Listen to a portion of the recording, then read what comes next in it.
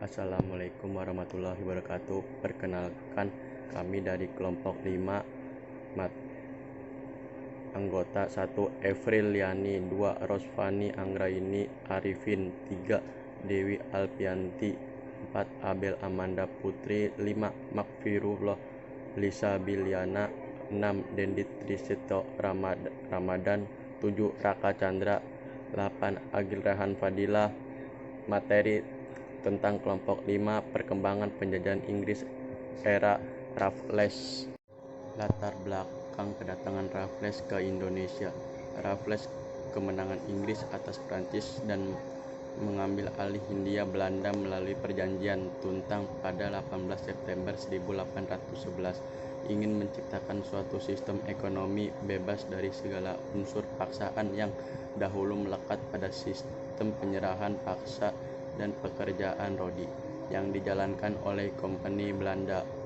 Raffles juga ingin para petani dapat berdiri sendiri tanaman apa yang akan dikerjakan. Tujuan dari pembaruan yang dilakukan oleh Raffles adalah untuk meningkatkan kesejahteraan rakyat pribumi. Raffles banyak pembaruan yang ditunjukkan untuk meningkatkan kesejahteraan rakyat pribumi. Kesejahteraan penduduk asli adalah tanggung jawab pemerintah. Inti dari pembaruan yang dilakukan oleh Raffles sebagai seorang berpaham liberal adalah kebijakan kolonial yang mewujudkan kebebasan dari kepastian hukum. Kebijakan Raffles di Indonesia itu terbagi menjadi 4. Salah satunya di bidang birokrasi, yaitu 1. Membagi wilayah Hindia Belanda menjadi 16 karisidenan. Kalau Daendels mengubah Pulau Jawa menjadi 9 prefektur. Kalau Raffles mengubah wilayah Pulau Jawa menjadi 16 karisidenan. Sistem ini berlanjut sampai tahun 1964. 2. Menghapus feodalisme, yaitu berusaha untuk menghapuskan sistem feodalisme di Indonesia, di mana para bupati sangat berkuasa sekali pada tanah-tanah di Indonesia, dan untuk mengubah sistem pemerintahan yang semula dilakukan oleh penguasa pribumi dijadikan sistem pemerintahan kolonial bercorak barat. 3. Mengangkat bupati menjadi pegawai pemerintah Inggris. Dalam penghapusan feodalisme, kemudian bupati-bupati dilepaskan kedudukannya yang mereka peroleh secara turun-temurun dan dijadikan sebagai pegawai pemerintahan Inggris. 4. Menerapkan sistem liberal. Sistem juri ditetapkan dalam pengadilan. Akhirnya, semua feodalisme dihapuskan dan digantikan dengan sistem politik liberal di Indonesia. Yang kedua, kebijakan ekonomi. Raffles menghapuskan kebijakan nama pada masa Douglas. Kebijakannya antara lain sebagai berikut. Yang pertama, menghapus kebijakan kontingenten atau penyerahan wajib dan feblite leverante atau penjualan paksa dari masyarakat kepada pemerintahan Belanda dan digantikan dengan kebijakan sistem sewa tanah. Yang kedua, menerapkan kebijakan landrente atau laren system atau yang disebut dengan sewa tanah. Klasifikasi sistem sewa tanah dibagi menjadi 3. Yang pertama, tanah subur pajak separuh dari hasil panen, dan yang kedua, tanah setengah subur pajak sepertiga dari hasil panen, dan yang ketiga, tanah tandus pajak 2/5 dari hasil panen. Sistem sewa tanah ini mengalami kelemahan karena beberapa alasan berikut. Yang pertama, masyarakat Indonesia belum mengenal sistem uang. Waktu itu masyarakat Indonesia masih menggunakan sistem barter, sehingga belum paham dan menyebabkan mengalami kesulitan. Yang kedua, pegawai tidak mencukupi untuk melakukan pengawasan dan pengukuran luas tanah dari masyarakat. Yang ketiga, kesulitan menentukan kesuburan tanah masyarakat. Ini juga menjadi masalah sistem ini karena masih belum bisa membedakan mana yang tanah subur, kurang subur, tandus sehingga mengalami kegagalan. Yang ketiga, kebebasan masyarakat menanam tanaman ekspor. Pada kebijakan ini, masyarakat dibebaskan untuk menanam tanaman ekspor tetapi tentu dengan sistem sewa tanah, bahwa semua tanah dianggap milik pemerintah Inggris, sedangkan petani Indonesia wajib menyewa. Yang keempat, pajak perorangan yang dikenakan kepada masyarakat Indonesia, antara lain sebagai berikut. Yang pertama, petani harus menyewa tanah meskipun ia adalah pemilik tanah tersebut. Yang kedua, harga sewa tanah tergantung pada kondisi tanah. Yang ketiga, pembayaran sewa tanah dilakukan dengan uang tunai. Yang keempat, penduduk yang tidak memiliki tanah dikenakan pajak kepala. Hukum sosial di bidang hukum ini diterapkan ada 3 bidang lembaga hukum. Yang pertama ada Court of Justice di tiap residence. Yang kedua yaitu Court of Request di tiap divisi. Yang ketiga yaitu Police Magistrate. Kemudian di bidang sosial, di sini bangsa kebijakan yang sebenarnya menguntungkan bangsa negara Indonesia, tapi sebaliknya tidak juga. Nah, apa itu? 1. Yang pertama, Raffles berusaha menghapuskan semua pekerja rodi. Yang kedua yaitu menghapus sistem perbudakan, karena pada saat itu, pada masa Denles sebelumnya, perbudakan sangat melekat sekali di wilayah Indonesia. Yang ketiga yaitu di hukuman pimbeng. Dari kebijakan tersebut, saya ambil satu bidang perbudakan. Nah, kenapa sih Raffles berusaha menghapus sistem perbudakan di Indonesia? Nah, hal ini berkaitan dengan parlemen di Inggris, di mana parlemen Inggris sudah menaikkan kontrak atau perjanjian dan Slave Trade Act tahun 1807. Semua negara koloni Inggris harus dibebaskan dari perbudakan. Nah, dari perjanjian tersebut, setiap koloni dibebaskan dari perbudakan. Otomatis, Raffles menghapuskan perbudakan. Tapi kenyataannya, Raffles sendiri yang melanggarnya. Kebijakan bidang ilmu pengetahuan. 1.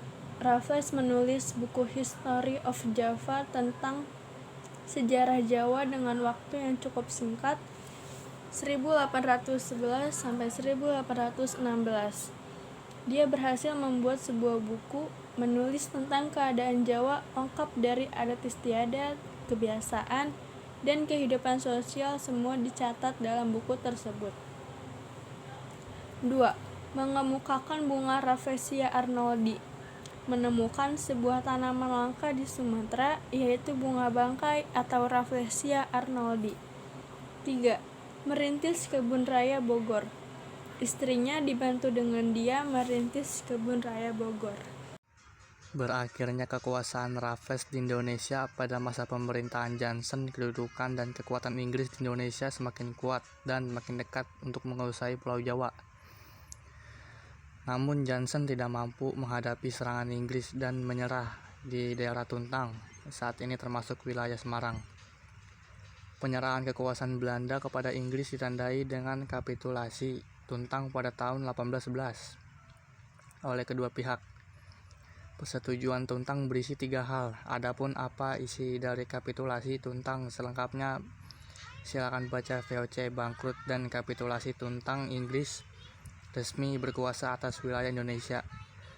Pemerintahan Inggris di Indonesia dipimpin oleh Gubernur Jenderal Thomas Stamford Raffles pada tahun 1811 sampai 1816. Raffles mengeluarkan kebijakan sistem pajak tanah atau dalam bahasa Inggris Land System, atau disebut juga sistem sewa tanah atau Land-Lease Stelsel. Raffles menerapkan 3 asas untuk sistem sewa tanah. Adapun 3 asas selengkapnya silakan baca di artikel sejarah 3 asas Raffles zaman pendudukan Inggris di Indonesia. Sistem sewa tanah yang dicetuskan oleh Raffles ternyata sulit untuk dilaksanakan, bahkan boleh dikatakan mengalami kebangkrutan. Assalamualaikum warahmatullahi wabarakatuh. Perkenalkan, nama saya Raka Chandra Januari, kelas 11 MIPA 1 kelompok 5. Adapun faktor penyebab kegagalan pelaksanaan sistem sewa tanah di Indonesia ada 3, yaitu sebagian berikut. 1. Pemerintahan kolonial Inggris mengalami kesulitan untuk menentukan jumlah pajak bagi tiap pemilik tanah.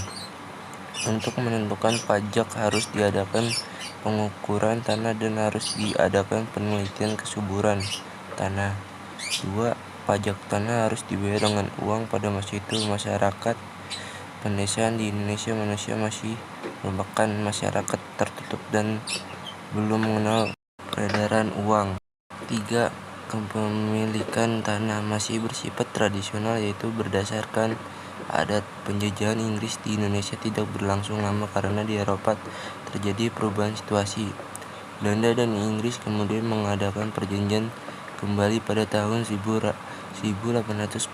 Perjanjian tersebut dikenal dengan nama Perjanjian London 1814 atau tepatnya Anglo-Dutch Treaty of 1814. Dalam konvensi tersebut menyatakan bahwa Belanda akan menerima kembali daerah jajahan yang dahulu diserahkan kepada Inggris. Sebagaimana isi kapitulasi Tuntang tahun 1811 selengkapnya tentang peralihan kekuasaan dari Belanda ke Inggris. Silakan baca di artikel 5 langkah kontroversial Dulles dalam menjalankan tugas di Indonesia. Sedangkan serah terima kekuasaan antara Inggris dan Belanda kembali dilakukan pada tahun 1816. Sejak tahun itu pemerintah Hindia Belanda memulai berkuasa kembali di Indonesia. Terima kasih. Wassalamualaikum warahmatullahi wabarakatuh.